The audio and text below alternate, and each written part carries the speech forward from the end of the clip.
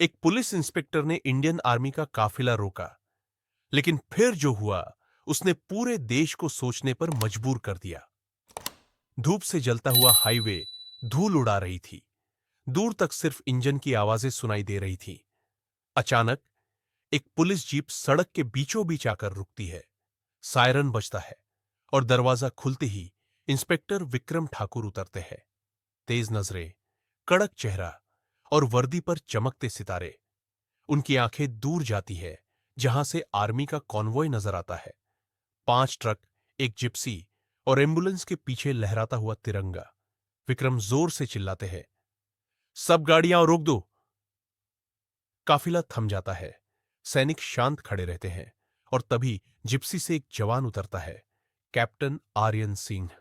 वो सलाम करते हैं और कहते हैं, सर, ये आपात मूवमेंट है। दिल्ली से क्लियरेंस मिल चुका है। विक्रम हंसते हैं, क्लियरेंस हमें नहीं दिखा तो कोई नहीं जाएगा। हवा में तनाव है। 2 वर्दियां आमने सामने हैं, एक कानून की, दूसरी देश की रक्षा की। भीड़ जमा हो चुकी है। लोग मोबाइल निकालकर वीडियो बना रहे हैं। रिपोर्टर लाइव बोल रही है, पुलिस ने आर्मी का कॉन्वॉय रोका है। सिपाही ट्रक की ओर बढ़ते हैं। विक्रम खुद टार्प खोलते हैं। अंदर बड़े बॉक्स रखे हैं, जिन पर लिखा है medical supplies unit. 34 inch Vikram ताना मारते हैं, मेडिकल सप्लाईज के नाम पर कुछ और तो नहीं? आर्यन गंभीर नजर से देखते हैं, सर, ये वही दवाइयां हैं जो कश्मीर के जख्मी जवानों तक पहुंचनी है।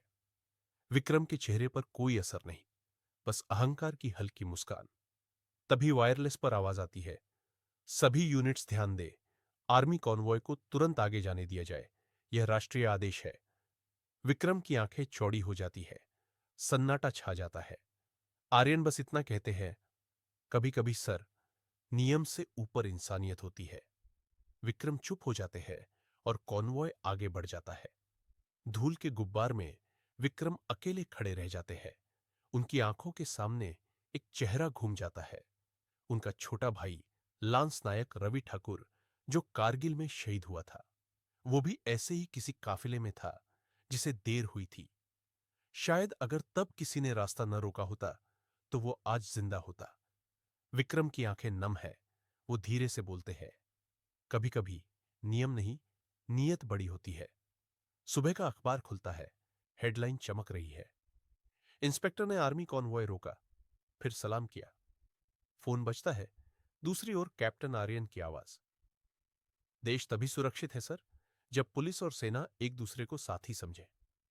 कुछ दिन बाद वही हाईवे, सूरज की हल्की किरणें, सड़क के किनारे वही पुलिस जीप। विक्रम सलामी देते हैं और सामने से गुजरता है आर्मी का कॉन्वॉय। झंडा हवा में लहरा रहा है, धूल उड़ रही है और दोनों वर्दियों के बीच सिर्फ एक रिश्ता बचा है,